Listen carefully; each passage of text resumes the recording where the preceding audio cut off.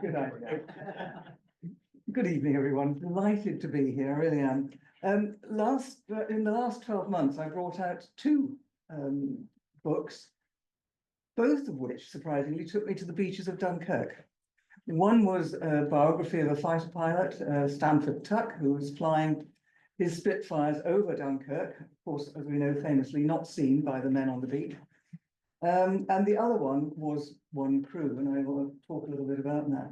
But tonight I want to focus specifically on what I learnt when I was researching the RNLI and looking in particular at the incidents of Dunkirk.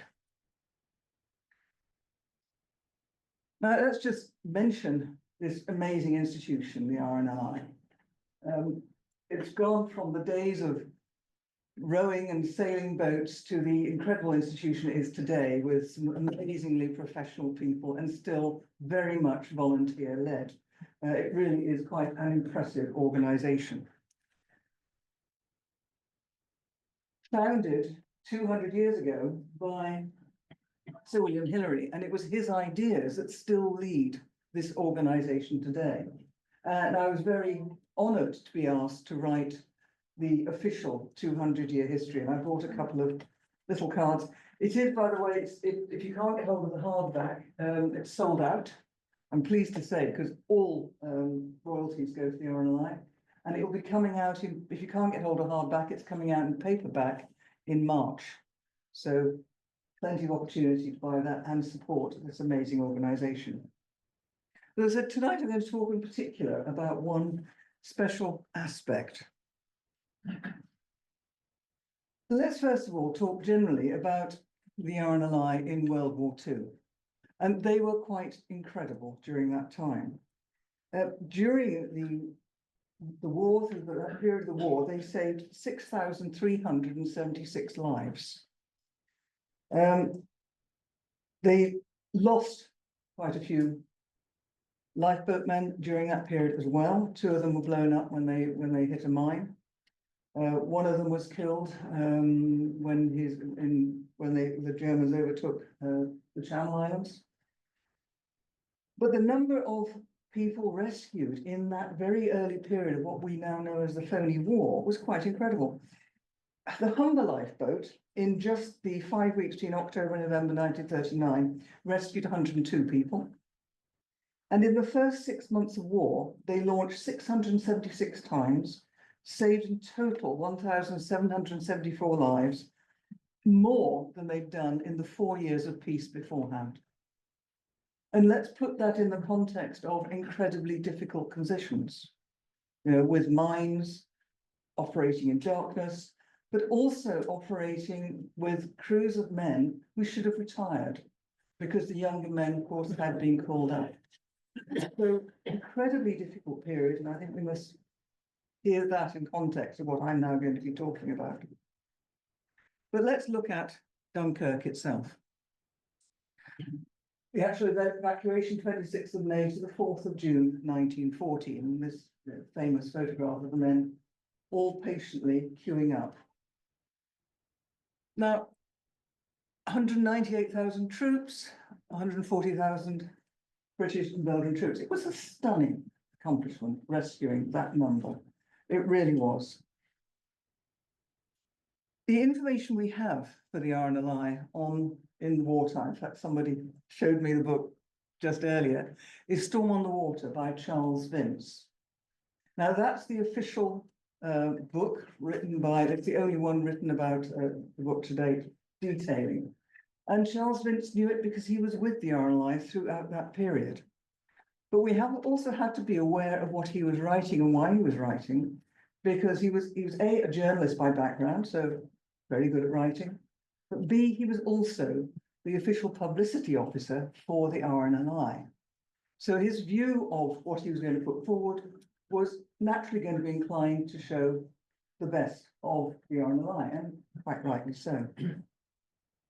So let's look at his official story of what happened at Dunkirk.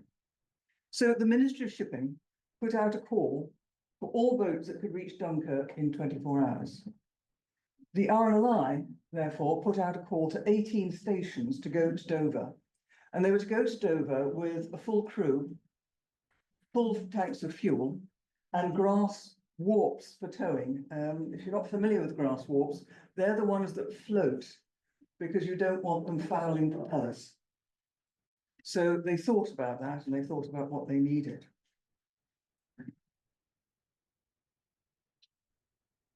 But before that main call came out from the RNLI, 2 RNLI lifeboats went direct to Dunkirk. And one of them was the Prudential, and the coxswain Howard Knight. Somebody locally authorized that to go straight to Dunkirk, and it set off, towing with it 7 small wherries, 7 small boats. They thought about that, they thought about the conditions of Dunkirk, and this little lifeboat also had 7 smaller ones with it. So it went direct from Ramsgate to Dunkirk. The crew were away for 40 hours, 30 of which they were under fire. And by the time they got back, they'd not slept for 2 nights, and they did incredible work there, carrying large numbers, by their estimation, several thousand. We can't prove that, and possibly that might have been a bit of an exaggeration, but certainly large numbers. The other vessel to go direct was from Margate. The Lord Southborough went, and the coxswain Edward Parker. That one was also under fire for much of the time, brought 600 men off the beaches, taking loads of 70 at a time, crammed in that small lifeboat, 70 at a time, taking them out to the larger vessels. And their work was highly praised by the naval officers present at Dunkirk. So it was an incredible achievement. And it should have been, Dunkirk should have been a major success for the RNLI. You know, they had trained and able crews, well used to difficult rescues. And they knew their boats inside out, and you really needed to know that on the way. So there were 19 lifeboats that went to Dunkirk. But just these 2 I've mentioned were manned by RNLI crews. So what happened and why only 2 manned by RNLI crews, despite their incredible experience and knowledge? Well, as I've said, the call from the RNLI said, go to Dover. 3 lifeboats got to Dover first, the Hythe lifeboat with the coxswain Buller Griggs, and the Walmer and Dungeness ones also arrived. When they arrived, Buller Griggs met with the transport officer. Now, these transport officers had been moved in very fast to manage what was a totally chaotic situation of lots of little boats and trying to manage them and task them. And they were tasked with taking the lifeboat to Dunkirk and beaching it and taking on board as many men as they could and then taking it out. Well, Buller Griggs pointed out that you couldn't beach that lifeboat. Once you've beached it, he said, you'll need a winch to get it back off. But the transport officer absolutely insisted that Buller Griggs should still go ahead and do that. Those were his orders: go to the beach, Dunkirk, beach it, carry the men. Well, Griggs then talked to the Walmer and Dungeness coxswain and crew. Now, those 2 vessels were even heavier than the Hythe boat, and they all agreed that actually what they were being tasked to do really was not possible. Now, there's another aspect that Vince mentions that hasn't occurred anywhere else in my research. In that, Vince says that Buller Griggs asked for a letter to confirm that there would be pensions for the widows, should there be any widows out of this, because what he was seeing was a suicide mission. Only Vince mentions this, and I haven't found it anywhere else. So effectively, they refused to go. Well, the Navy didn't have the time to mess around, so they said, leave us your boats, here are your tickets for the train, and they put naval ratings on them. As the other lifeboats turned up, same thing happened.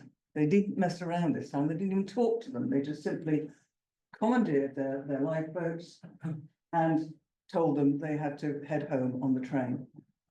You can imagine how disappointing they were. These men had pulled together everything and really were there ready to do their part. As I say, they were trained, they were ready to do it. Some of them brought their own tin hats and some of them were armed as well with some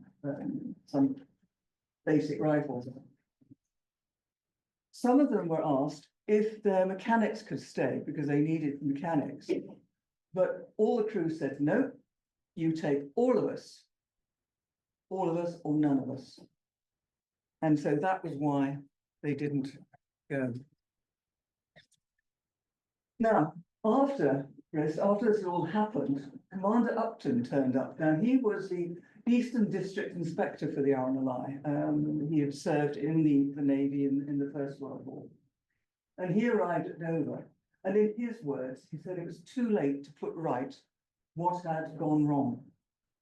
But he, probably because he was at least a bit more senior and understood things, he managed to persuade the Navy that he should stay with some reserve mechanics to at least show people, the ratings, how to look after the engines and how to manage the vessels. And so they stayed there, looking after the engines and teaching his men what to do. So at least there was something going on. Let's have a look at Dunkirk itself. You can really see here in this picture, this kind of transshipment that was having to go on. Really shallow waters.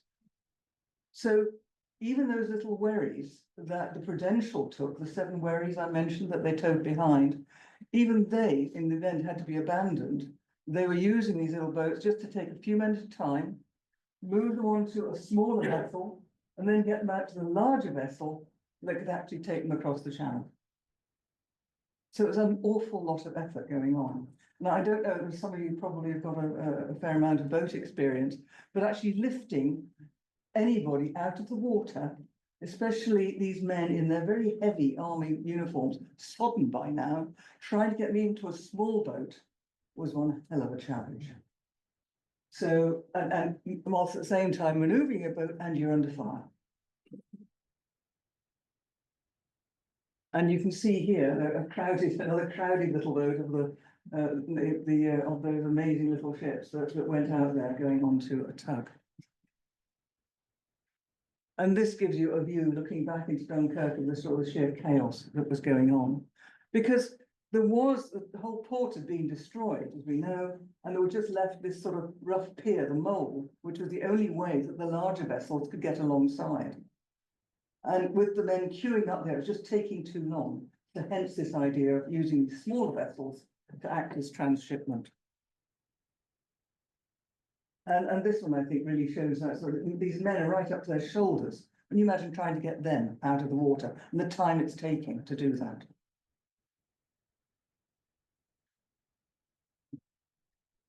So it should have been one of the RNLI's finest hours. It wasn't quite. It was the men that did get involved, from the 2 vessels that went there, and Upton and his men did impressive service. So post Dunkirk, there had to be a reckoning. Now they could look at the physical damage, and of course there'd been a fair amount, and you can see from this one that came back, the number of holes in that vessel. They reckoned it was probably cost them about £8,000 worth of damage. 6,000 alone for the only lifeboat that did not come back. The only lifeboat that did not come back was the Viscountess Wakefield, which was the Hythe lifeboat that Bullerbriggs said, once you beach her, you won't get her off. That was the only one that didn't come back. Now, they reckoned it would be about £6,000 to replace it. They were offered compensation by the government, but the RNLI decided to turn that down. But there was the physical damage could be fixed. The bigger problem was the reputational damage to the RNLI. And that was what really exercised their minds. So a special subcommittee would meet to look at that. So they decided 3 things: special subcommittee, and then Commander Upton, who'd served at Dover, he was instructed to return to Dover and collect all possible information, particularly with regard to the refusal of certain lifeboat crews to take their boats to Dunkirk and prepare a report. And then reports also asked for from all the other lifeboat stations that participated. So on the 11th of June, the special subcommittee met and to consider the actions of the lifeboats.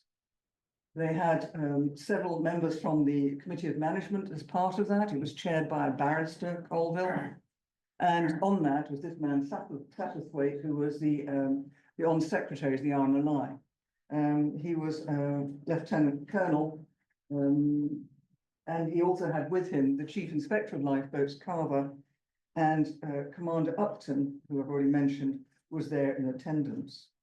So on that committee was Colville, Craig, who was an Ulster Unionist MP, Commander Henry Strong was the only one who was from mercantile background, and he'd been Commodore of the Union Castle fleet before he retired, and also Admiral of the fleet, Sir Henry Oliver, who I shall be coming back to. So this report, which does not exist any longer, none of these reports, they've been excised from by some overkeen person from the RNLI records. So we've only got the Committee of Management minutes. So there's a Committee of Management got the report 3 days later. And I think it's worth considering who was actually on that committee.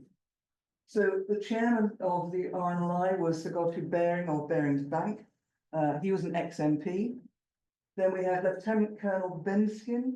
He'd served with the Royal Engineers in the First World War, a Conservative politician, so another MP. Hamilton Ben, he'd served a distinction in World War I and got the DSO in the Croix de Guerre. We've got Colville, who I already mentioned, and Craig, and Henry Strong, who I mentioned, and Sir Henry Oliver. Burdett Coutts was also ex-military. He'd served in both the Navy and the Army, and was now an alderman from East Sussex, so another potential politician. Reed was a businessman from Exeter, but also the MP for Exeter. We're getting a bit of a pattern here, aren't we, in terms of their occupations. Armstrong was a shipbroker from Eastbourne. And then we had Charles Ammon. Now, I'd have loved to have heard Charles Ammon's view. He was a Labour peer, but he'd also been a conscientious objector during the First World War. So, 5 MPs, 1 Labour peer, and 1 very senior diplomat who had been High Commissioner to Egypt from 1915 to 1917. Then the other person at the bottom there, Walter Riggs, who I haven't mentioned, he was the on-secretary to the Aldborough lifeboat. The Aldborough lifeboat, they sent 2 lifeboats to Dover, and both of their crews were sent home by train. So he wasn't, I would have said, a particularly disinterested party either. I just leave you to think about the fact that it was possibly bristling with military men. So they decided that the deputy chairman, who was Admiral of the Fleet Sir Henry Oliver, would be asked to hold a public inquiry at Hythe into the conduct of coxswain Griggs of that station, and that he'd be empowered to extend their inquiries into the action of the coxswains of Dungeness and Walmer, but also be given full power to act as they may see fit in the matter. There were also then the crews of Margate and Ramsgate lifeboat, including the motor mechanics, were given double service pay. There was a big discussion as to whether they should be awarded medals. And this is where the first thing that comes up about what the status of these crews was, where they decided they would not get RNLI medals because they had been under military service, and therefore any medals would be down to a military decision. That's an important point I want you to hold on to. And various thanks were given to all the various people involved. Now let's look at Admiral Sir Henry Oliver and the Hythe inquiry. He headed off to Hythe. He was then aged 75. He'd first served in the Boer War, and during World War I, he'd had a staff role directing forces at Jutland. it's generally thought he was not particularly regarded as an inspiring leader for those that served under him. He also seemed to be somewhat rigid in his thinking, and he was certainly never very good at delegating. It's quite interesting. In 1980s, we'll jump forward in time, 1980, a Kent newspaper tried to follow up this whole situation. Buller Briggs was by now dead, but they managed to speak to his brother Dick. Now, Dick was the mechanic on that boat. And he recalled the inquiry. He said, Buller went in first. He wasn't there long before he came out and said, your turn, Dick. I've got the sack. I went in. It wasn't very long before they sacked me as well. Now, mechanics were the only ones who were fully employed. So he's lost a very significant job. As a paid employee at the RNLI, I was given a month's notice. He then added, he said there was an admiral who asked him at the inquiry, do you think the Navy would ask you to do an impossible thing? I replied, they did. So it's still rankling all of those years later. So he dismisses these two men, he chastises the rest of the crew, and they then put out a statement. And they put the statement out into the newspapers. And I'm going to read this official statement and just see how you feel about this. An inquiry has taken place at the instance of the Committee of Management of the Royal National Lifeboat Institution into the circumstances in which the crew of the Hythe lifeboat, when requested by the naval authorities at Dover to proceed to Dunkirk to assist in the evacuation of the BEF, declined to take their boat across the channel. It was decided that this was mainly due to the action of the coxswain, who induced not only his own, but the crews of two other boats who refused to take their boats from Dover to Dunkirk. And it is considered that this failure to perform a duty at a time of great national emergency reflects discredit on the lifeboat service and can in no way be excused. The naval authorities were unable to risk such behaviour by the crews of the boats which had not yet arrived, and had no other course open to them but to summon ratings of the Royal Navy to man the boats. It should be added that when the crews of other boats arrived, they expressed their strong regret of being prevented by the coxswain's action in taking part in this national service, which will in days to come be recognised as one of the greatest epics of the sea. The crews of the Ramsgate and Margate boats who manned their boats and went direct to Dunkirk were instrumental in saving a large number of soldiers. Slightly weighted, I think, I might say on that one. So there it was in the newspapers. So what of Buller Briggs at Hythe? Well, following that, he was sent anonymous letters accusing him of cowardice. And he gave a brief interview to the local newspaper. And he said, I was 15 when I first went out in a boat.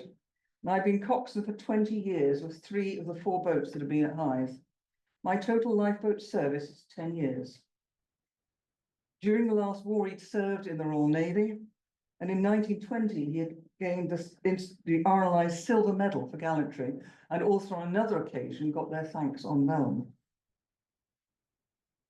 Interestingly enough, the mechanic, his brother, also wrote a letter, separately a letter to the newspapers. I should like to point out that neither my coxswain nor any of the crew refused to take the lifeboat to Dunkirk. What they would not do was put the boat on the ground as ordered, as after a lifetime experience, the coxswain thought it an impossible task, and quite rightly so. These coxswains, on receiving the orders to proceed to Dunkirk, came back and informed their crews what was to be done. And seeing all had experience of beach and land work, without any influence whatsoever, because every man had a mind of his own, said to put the boats on the sand was impossible. We do not know what other lifeboats were at Dover because we did not see them. So it certainly could not be influence. The only influence I've known coxswain Briggs to show is influence to save life wherever possible, not to keep people from doing it. Where our boat is, one of the best of the fleet, I don't know, but it seems pretty evident that she is where she was put.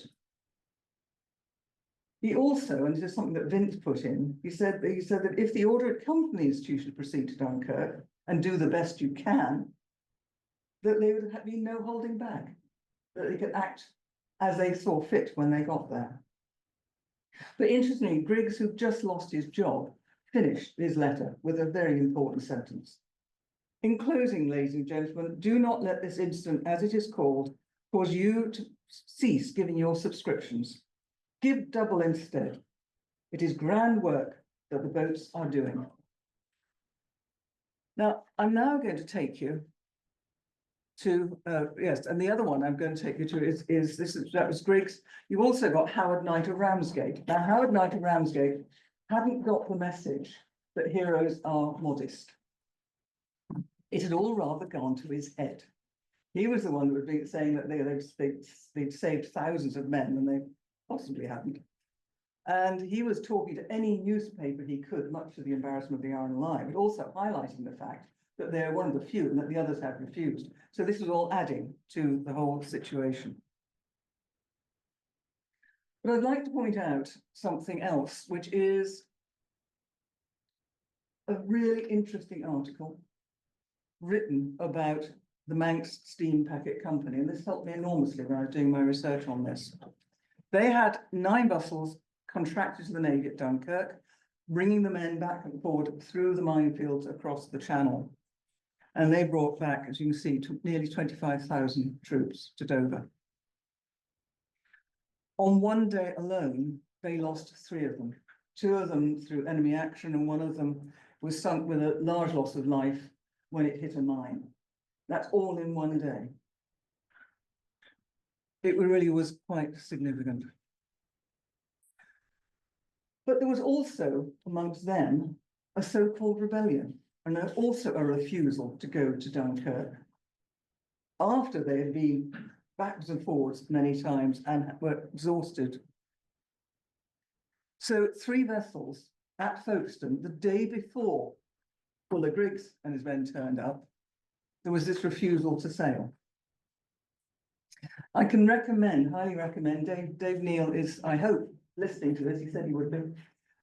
He promised he'd be here. He wrote a really good article that you see in the IJMH, and I thoroughly recommend it. It's complex, it's very well written. It was actually the subject of a prize from BCMH for his master's dissertation. But in that, he explains the complexity of what was going on. Now, one of the things that we need to understand is that there were real problems there between this understanding of what the Navy thought they should do and what civilian mercantile vessels do and their contracts. Post-war, the shipping company examined the situation, and they were under heavy pressure from the man who was Lieutenant General of the Isle of Man. This was Vice Admiral Earl Granville, and he was of the sort of man that said, you know, anybody that refused should be taken on the quarterdeck and drawn and quartered or shot. And he was really furious about this, about the fact that apparently in the report from the Admiralty, these ships had refused to sail. This was after they'd done some extensive work bringing men backwards and forwards.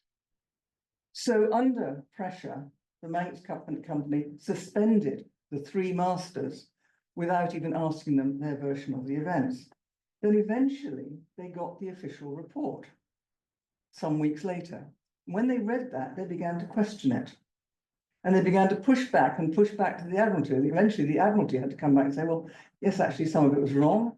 Some of it was exaggerated. Well, look, you know, the transport officers all dispersed really quickly after Dunkirk. So we had to get reports. It's very difficult to get these reports with the sorts of comments coming back.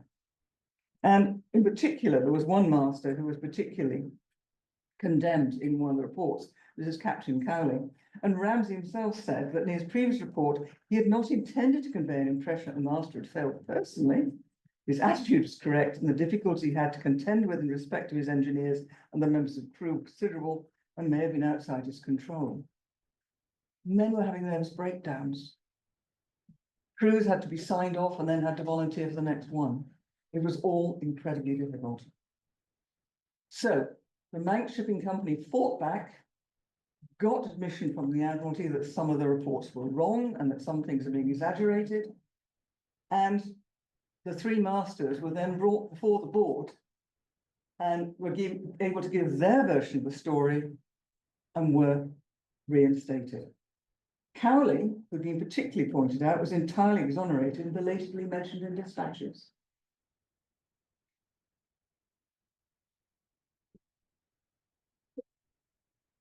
There were other refusals to sail, and one of them, again, Dave very kindly sent me just 2 days ago. We know of the Rye fishing fleet. We don't know much about it, but the Rye fishing fleet refused altogether to get involved. And from Belgium, the Belgian fishing fleet, there were 170 of them at Dartmouth, and they tried very hard to persuade them, because you could have gotten a lot of men on board some of those vessels, but they refused. Only a couple went across.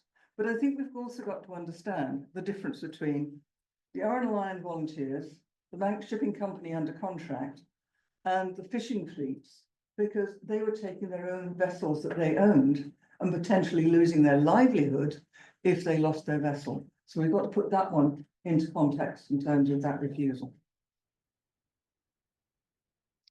Now let's just mention Admiral Ramsay. Griggs, I said, finished with the mechanic Griggs had asked people to give double to the RNLI.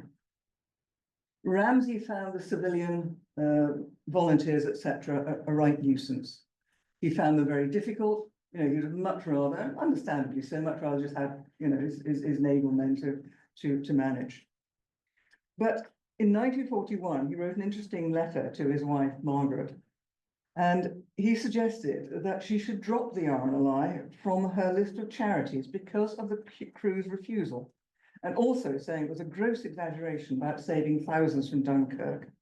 Only 2 lifeboat crews went over, but many lifeboats are made without proper crews, being made up of volunteers and sailors detailed. So I think it's quite an interesting aspect. Willa Griggs was vindicated. As I've said, the Viscountess Wakefield did not come back. It was seen by a witness. It was seen high and dry on the sand. He was a sergeant in the army. He went over, having some knowledge of boats. Oh, go and have a look. Had a look at it. It still had fuel in it, but nobody could shift it off the sand. And that was the last that it was seen. Griggs also had said that, he said to the newspaper, he said that I have a fishing boat. I may not be an RNLI volunteer anymore. I have a fishing boat, and I will not see a man drown if I can help it. And he made good his word and saved the crew of an RAF bomber that came down. And then later on, post-war, he's received the commendation of Hythe Town because he and 2 others went out in a very small boat to tackle 2 mines that had got loose and were heading towards the town. And at great risk to their own lives, remember, 2 lifeboatmen had already been killed by mines during the war. They secured them and took them to an isolated beach. So a brave man. Post-war, there were awards. The George Medal went to Robert Cross of Humber. This is for the total service during the war. 2 distinguished service medals were given, one to each to the coxswain of the Margate and the Ramsgate boats. The famous Henry Blogg, for those of you that know your RNLI history, he got the George Cross. And then there were 206 1939 45 stars awarded to boatmen who'd taken part in 25 or more launches during the war. And the Defence Medal was awarded to many other men who had at least 5 years service. I think Dunkirk was a quite incredible feat. It was an amazing achievement to get those men back. The fact that it was not flawless is really not surprising when you think about how quickly it all had to be put together. And there were clashes of culture. Let's think about the overburdened transport officers. They were under strict orders. They'd been whisked in from other jobs suddenly and put into that to manage that. They suddenly had to meet these men who were fighting back and saying, look, we can't do that. And they were expecting instant obedience naval style. And let's think about the role of the RNLI coxswain. The role of an RNLI coxswain still today is to assess risk and protect their crew. Hence, I'm not surprised there was a comment about, you know, what are you going to do for the widows? Admiral Sir Henry Oliver was most definitely the wrong person to lead the inquiry. Normally, such an inquiry would have been handled by someone like Commander Upton, the local district inspector who knew his men and knew the situations. That would have been dealt with as an internal disciplinary matter by the RNLI, but instead they had Sir Henry Oliver, okay, Deputy Chairman for the Management Committee, because, and I think this is the fundamental difference, they believed that they were subject to naval discipline. The Manx Ferry Company took the opposite view and did not think that their men were subject to naval discipline.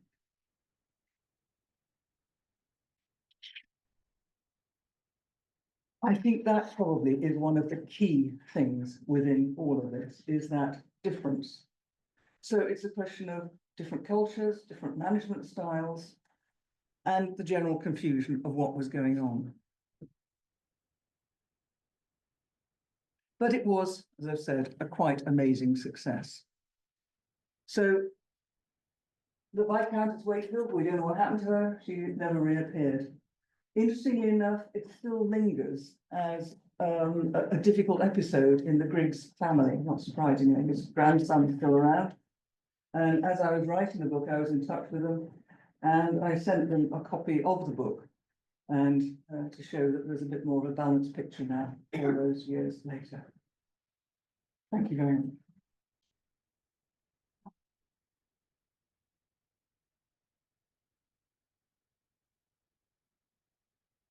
Really appreciate that balanced picture, as we all did. You managed to take a very fascinating story and make it even more fascinating. I will open the floor to questions and try my best. Okay, here first.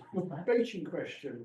I presume the Navy learned from that. If they'd lost the one on the beach, the others presumably they didn't try, but they didn't admit they. I don't know. There's nothing to show whether they learned from that or not.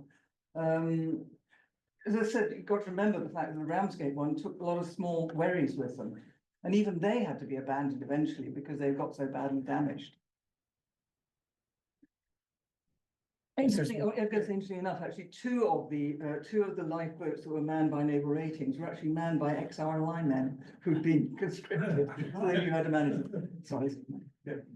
Out of interest, do you have any idea of whether, how the ships taken up and trade from the Falklands War, how that worked? Because I mean, some of the big ships had their civil crews, didn't they?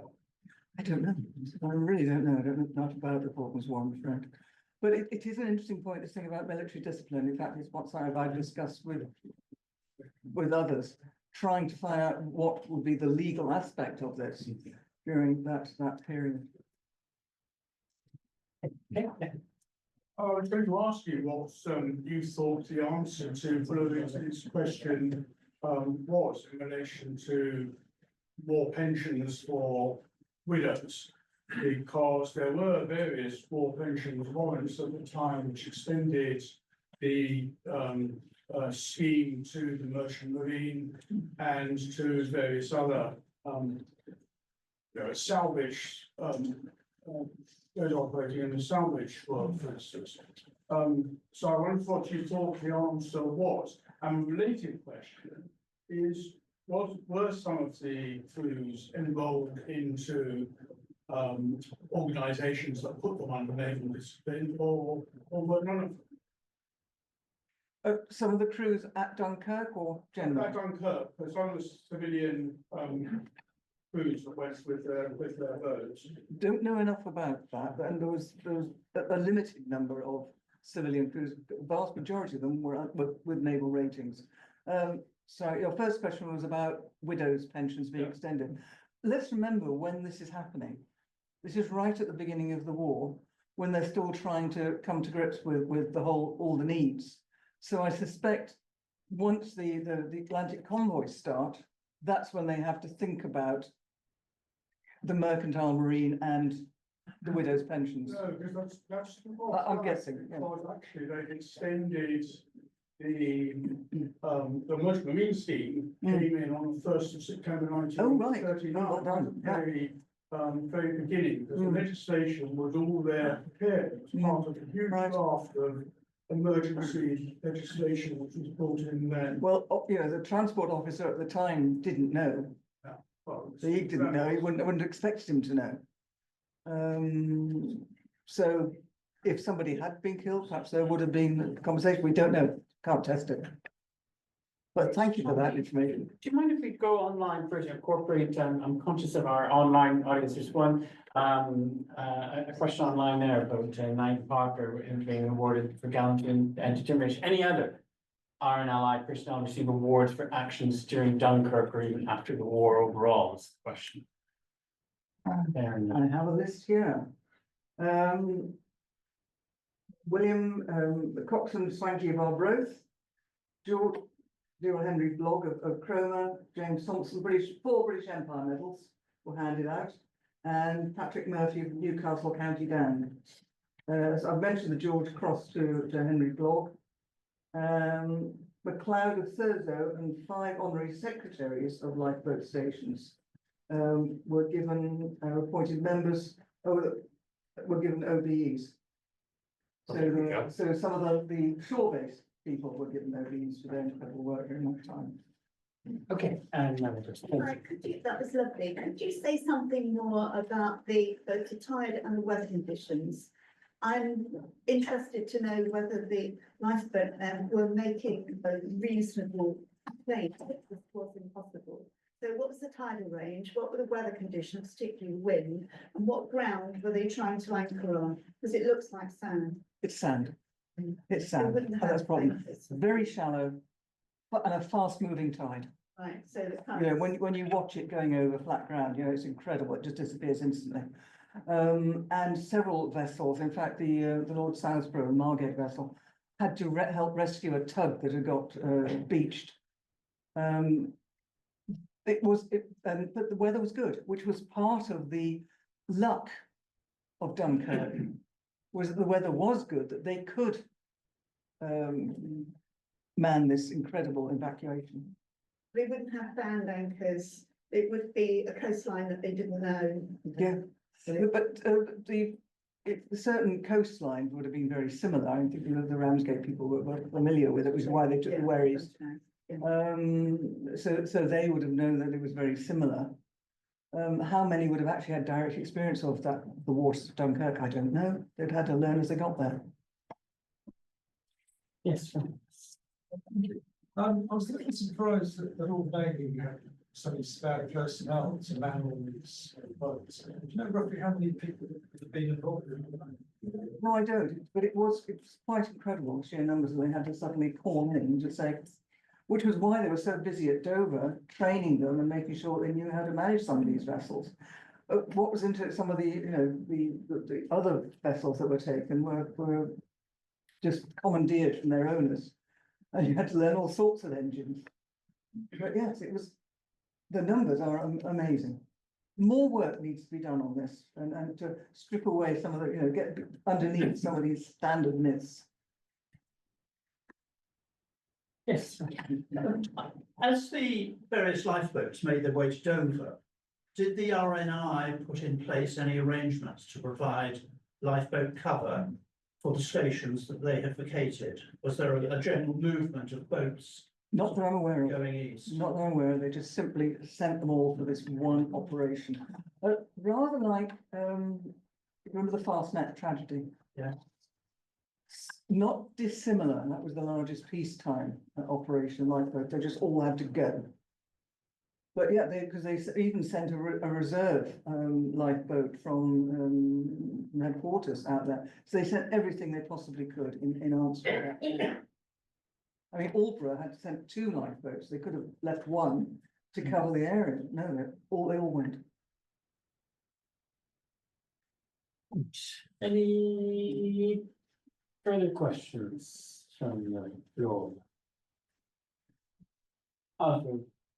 Otherwise, I'll remind you, there's quite a few of you. Some of you might be new. If you want to be on the mailing list for this seminar series, John Armstrong's book is here, so a nice legible name and even more legible email address. We'll get that to you. Otherwise, I think the one task that remains for us all is to thank Helen for a very fascinating.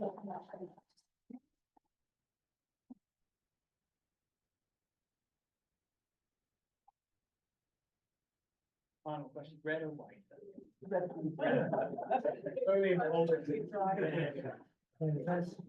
I like you.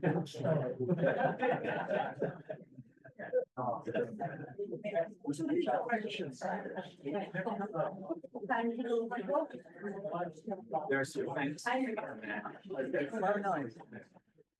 Take my, take that, it's got everything on there. Thank you. A conscripted RNLI police, was there any direction towards things like air sea rescue work, or it's literally, they went in literally? They weren't with them. It's like we got from that.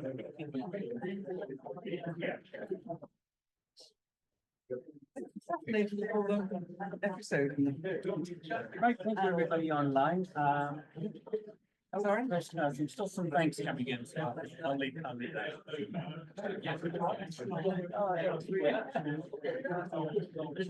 Oh, it's Captain. Oh, David. That's nice. Well done. Oh, good. I didn't get his bit wrong. His really was his article that highlighted. Well, there you go. Enough. And I think good night now. Good night.